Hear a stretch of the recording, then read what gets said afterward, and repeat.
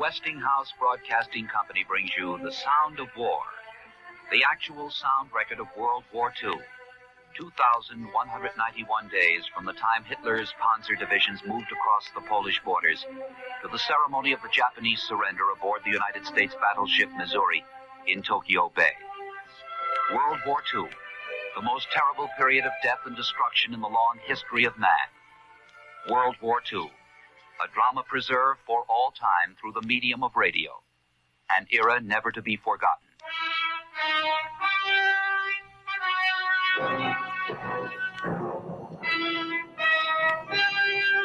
Tonight, the Philippine Islands, their death, their life.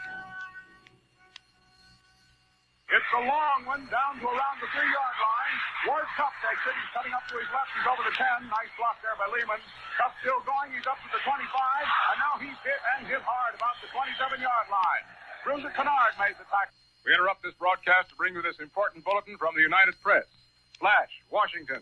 The White House announces Japanese attack on Pearl Harbor.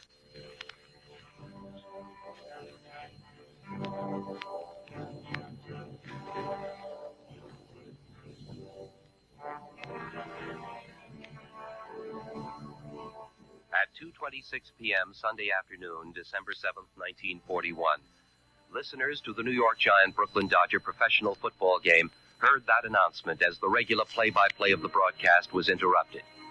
24 minutes later, just before the New York Philharmonic Orchestra was to go on with its 3 p.m. Sunday concert, a nationwide audience heard the news. One of those who heard the report by radio was Admiral Chester Nimitz.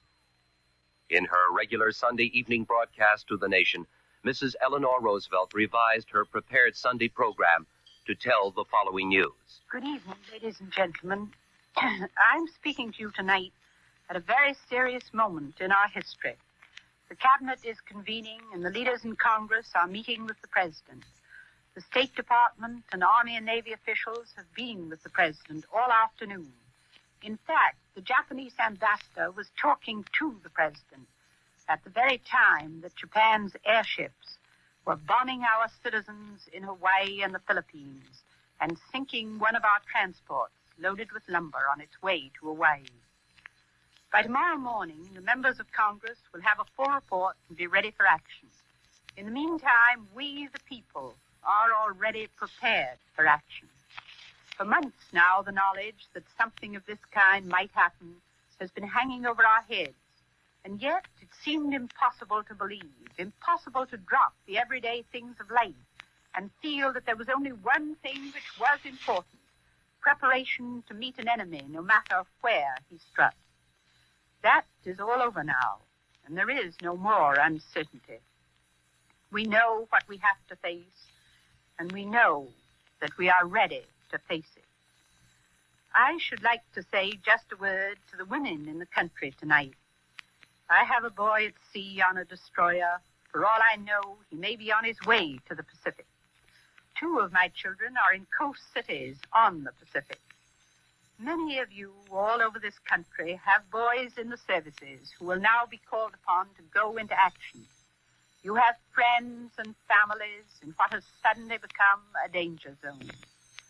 You cannot escape anxiety. You cannot escape a clutch of fear at your heart. And yet I hope that the certainty of what we have to meet will make you rise above these fears. We are the free and unconquerable people of the United States of America.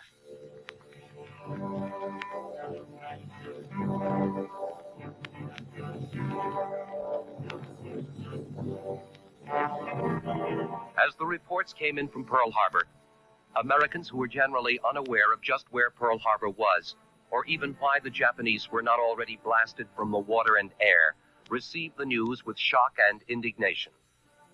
But soon there was the realization that a crippling blow had been struck the United States.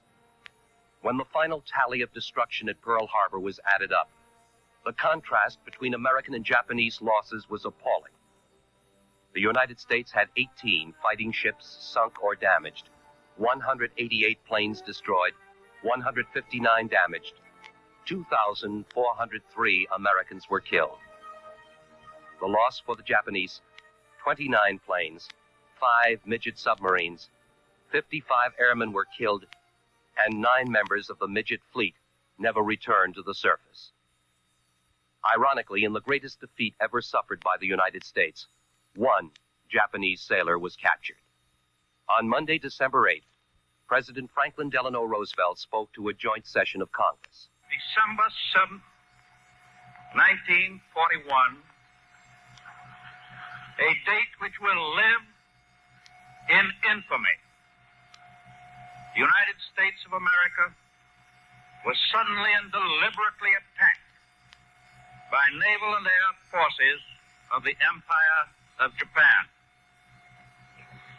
I ask that the Congress declare that since the unprovoked and dastardly attack by Japan, a state of war has existed between the United States and the Japanese Empire. With confidence in our armed forces, with the unbounding determination of our people, we will gain the inevitable triumph, so help us God.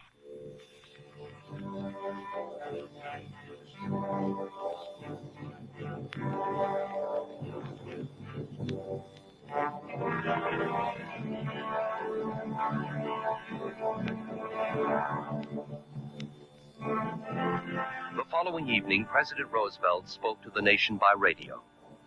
Said the president, "We are now in the midst of a war not for conquest, not for vengeance, but for a world in which this nation and all this nation represents will be safe for our children. We expect to eliminate the danger from Japan, but it would serve us ill if we accomplished this and found the rest of the world was dominated by Hitler and Mussolini.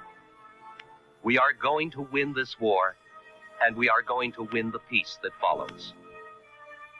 And in the difficult hours of this day, through dark days that may be yet to come, we will know that the vast majority of the members of the human race are on our side. Many of them are fighting with us. All of them are praying for us. For in representing our cause, we represent theirs as well. Our hope and their hope of liberty under God."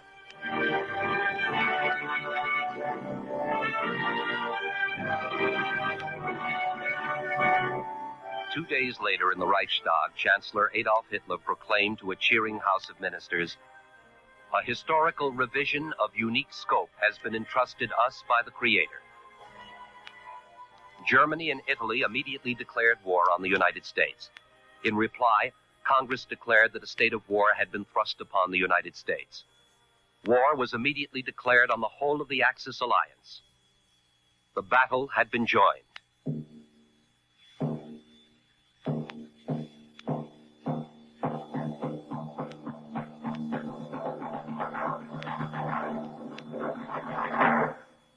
Immediate hostility was felt for anything and everything that was Japanese. But the United States had a large and loyal Japanese-American population. Many of these citizens resided in California. Governor Olson of California spoke by radio. Well, my plans are to ask all of the people of California to behave with dignity and forbearance toward all Japanese persons in our state. Our distrust of the Japanese government does not warrant our taking out our hatred and distrust upon those about us. We have in California a large population of Japanese and Koreans. The great majority of these people are native-born American citizens, loyal to the government of the United States. Even the older non-citizen Japanese and Koreans in California are, for the most part, completely loyal, although they are not eligible for American citizenship. These loyal people, citizens and non-citizens alike, are anxious to render every possible assistance to our government in the prosecution of the war against Japan. They have so expressed themselves in great numbers and in no uncertain terms.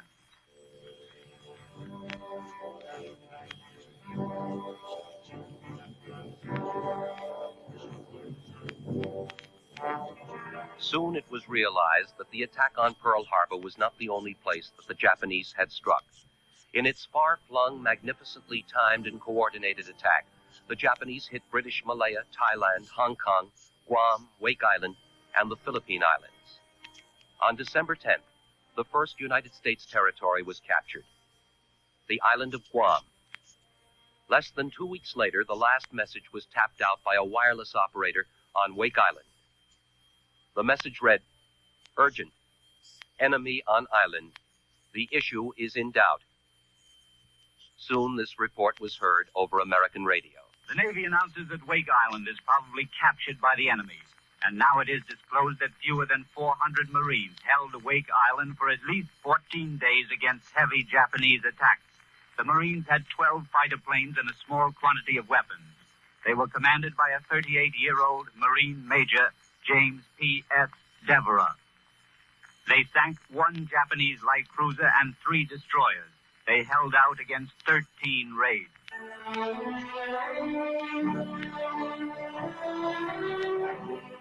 Meanwhile, the Japanese had been active against the British. Almost immediately after the attack on Pearl, Prime Minister Winston Churchill told a cheering House of Commons that Great Britain would immediately join the fight against the Japanese. The show of loyalty brought immediate disaster to the British Navy, a follow-up to the American tragedy at Pearl Harbor.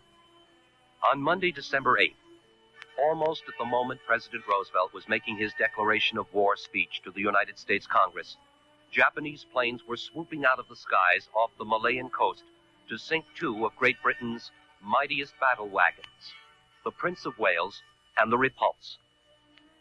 In the House of Commons, Winston Churchill said, "In my whole experience, I do not remember any naval blow so heavy or so painful as the sinking of the Prince of Wales and Repulse. Fortunately, neither ship blew up. Therefore, 2,000 of the 3,000 officers and men aboard were saved."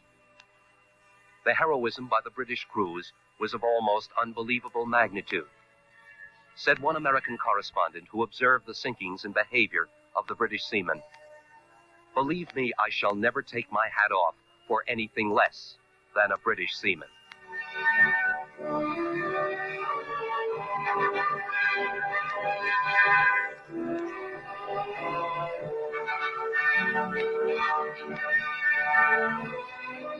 Two weeks later, as Christmas 1941 neared, Prime Minister Churchill came to the United States for a war council with President Roosevelt. He was invited to speak to Congress.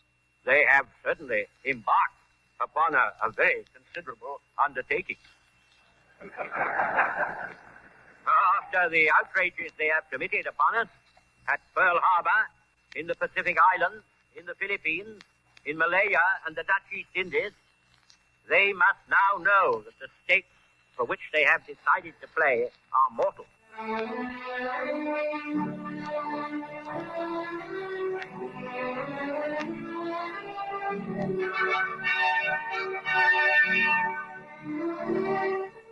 There was much defeat before victory. The day after the attack on Pearl Harbor, the Japanese began their air attack against the Philippine Islands. The Philippine Islands, composed of 7,083 islands and islets, the gateway for Japan's trade routes to the rich oil deposits of the Dutch East Indies. The Philippine Islands, annexed to the United States after the Spanish-American War of 1898. The Philippine Islands, by treaty with the United States, to be given their independence in the year 1944. The Philippine Islands, to become one of the most tragic defeats in United States history. The Philippine Islands, to become one of the great American victories of the war.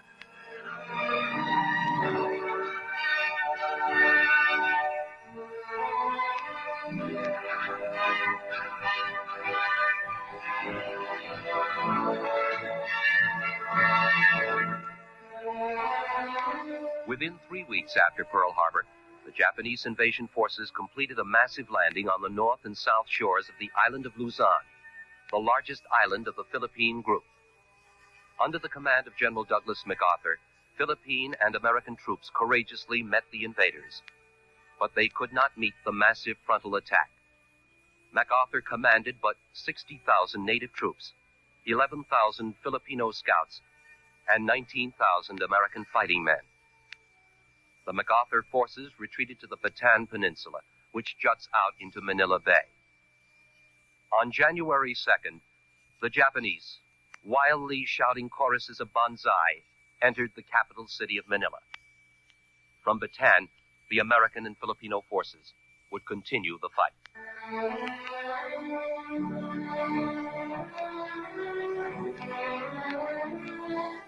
The American and Filipino troops were in terrible agony.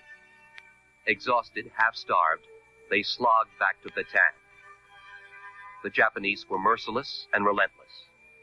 The defenders were under 24-hour attack. Finally, General Masahiro Homma, Commander-in-Chief of the Japanese forces, wrote to General MacArthur. Said the letter, "Your prestige and honor have been upheld. However, in order to avoid needless bloodshed and save your troops from further destruction, it is advised that you surrender." The troops responded with increased fervor.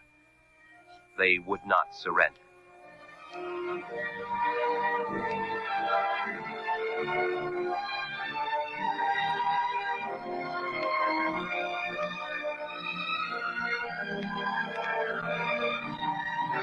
Now disease and sickness became another enemy of the defending troops of Bataan. The defeat was just a matter of time. On February 22, 1942, President Roosevelt ordered General MacArthur flown to Australia to take command of Allied forces in the Pacific area. On March the 12th, MacArthur, in one of the great moments of the war, escaped Japanese naval blockades and with a party of 21 made his way from the Philippine Islands. Said MacArthur upon his arrival in Australia, "The President has ordered me to proceed from Corregidor to Australia to organize an offensive against Japan, a primary purpose of which is the relief of the Philippine Islands. I came through, and I shall return."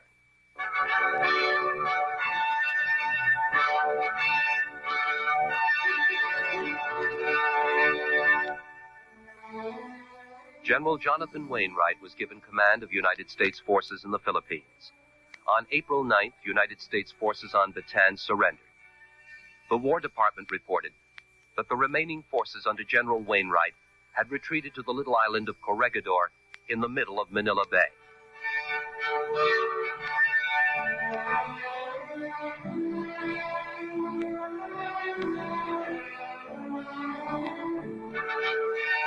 Now on April 10th came more misery for the captured defenders of Bataan. There began what history has called the Marches of Death, or the Bataan Death Marches. Americans and Filipinos of all ranks were marched under a pitiless sun to the confinement camps as much as 100 miles away.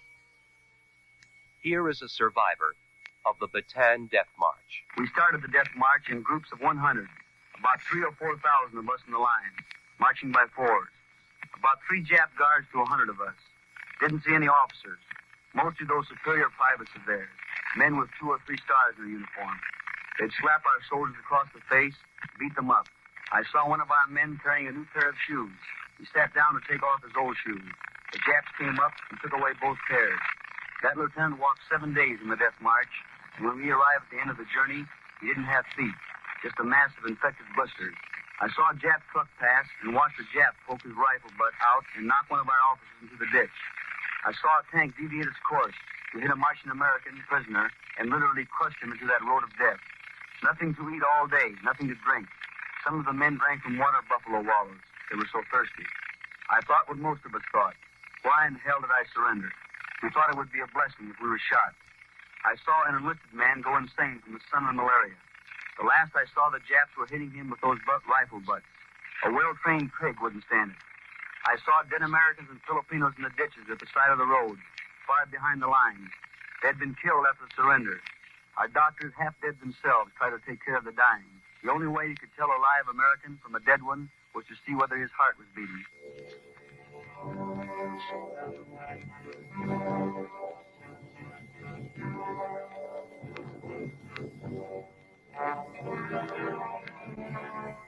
Now all was tragedy on Corregidor.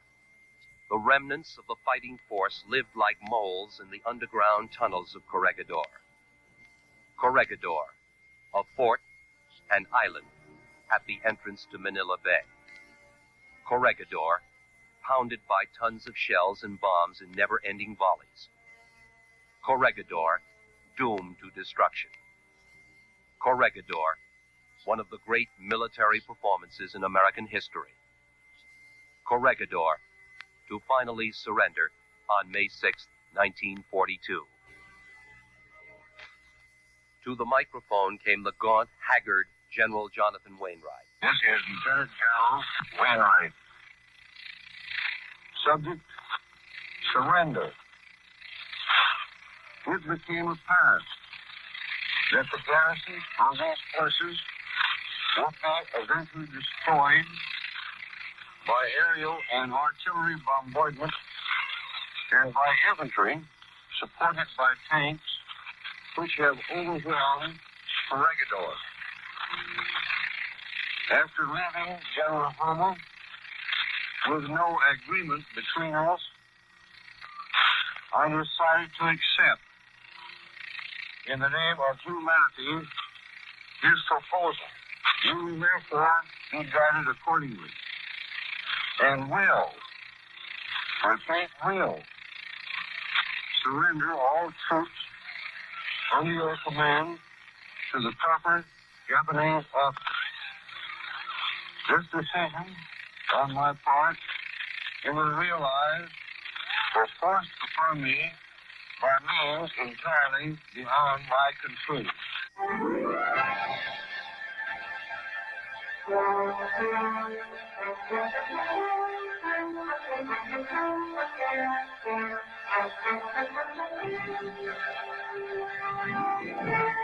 So the Philippine Islands had fallen, and with them went the knowledge that the war would be long and hard and costly.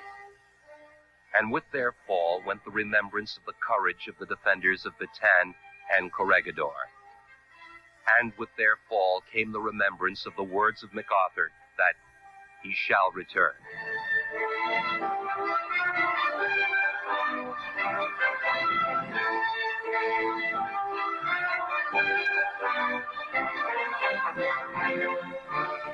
On October 21st, 1944, American forces under the command of General MacArthur returned to the Philippines, just 2.5 years after the tragic defeat.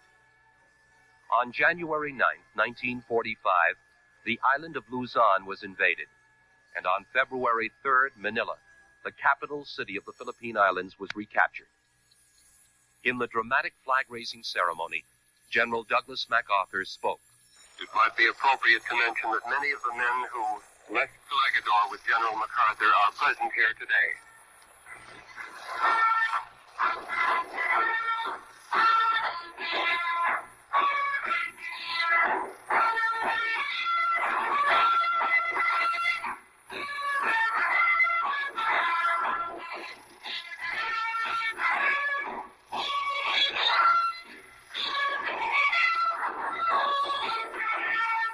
More than 3 years have elapsed.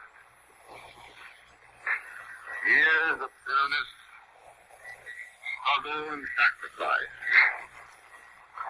Since I withdrew all forces and relations from this beautiful city, I now solemnly declare, Mr. President, the full powers and responsibilities under the Constitution restored to the Commonwealth, whose seat is here reestablished as provided by law.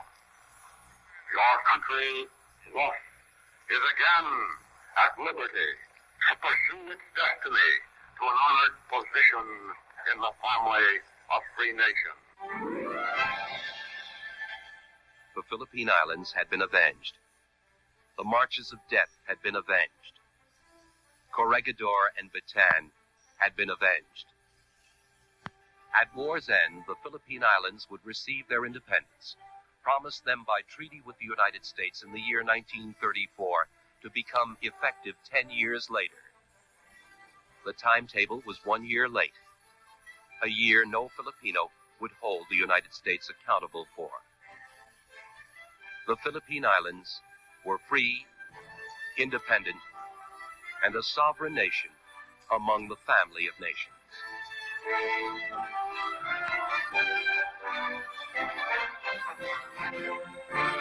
The Westinghouse Broadcasting Company has brought you the Philippine Islands, their death, their life, the most dramatic and tragic period of World War II.